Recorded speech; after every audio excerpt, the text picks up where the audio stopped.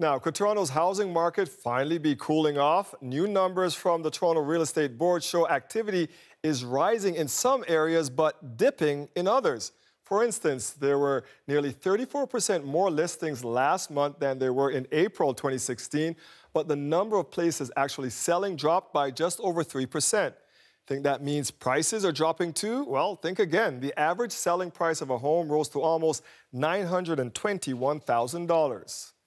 So do the numbers signal a shift in the market just as the government is trying to cool it, or is it just a fluke? Shannon Martin joins us live now. And Shannon, you've been talking to realtors, and what are they telling you? Dwight, slow and a bit of a lull. Can you imagine? That's how realtors are describing the housing market in the GTA right now. What a shift from just a few weeks ago when it was crazy and red hot. So yeah, what is behind this shift? We went to a realtor, John Pasalis, to find out.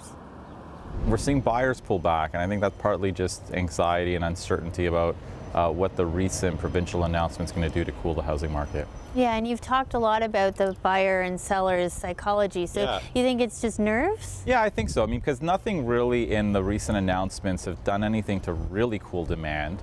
You know, the segment of foreign buyers is really small that they're targeting, so I think it's just nerves. I think it's sellers both feeling like maybe this is a good time to sell them. Prices are crazy. You know, people who are downsizing, moving up their plans to sell just to take advantage of the market. And then buyers also a little bit nervous about what might happen. They saw what happened in Vancouver and they're just worried and they just want to see what happens, basically.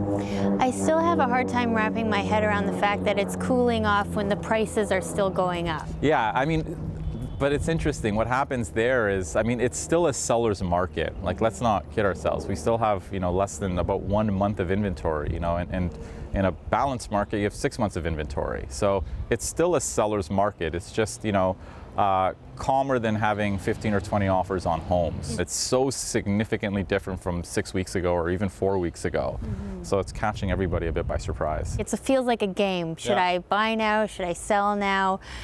What would your advice be to folks? I mean, if you're buying long term, then, I mean, I wouldn't worry about timing the market. If you're going to stay in your home for 5 to 10 years, you can't worry about those things. I mean, if you're a buyer, now's probably a good time to buy because it's a lot less stressful. You know, 2 months ago, you're competing with 15 to 20 people. Now you're competing with nobody or maybe one other buyer. So it's taken a lot of the stress out of the market.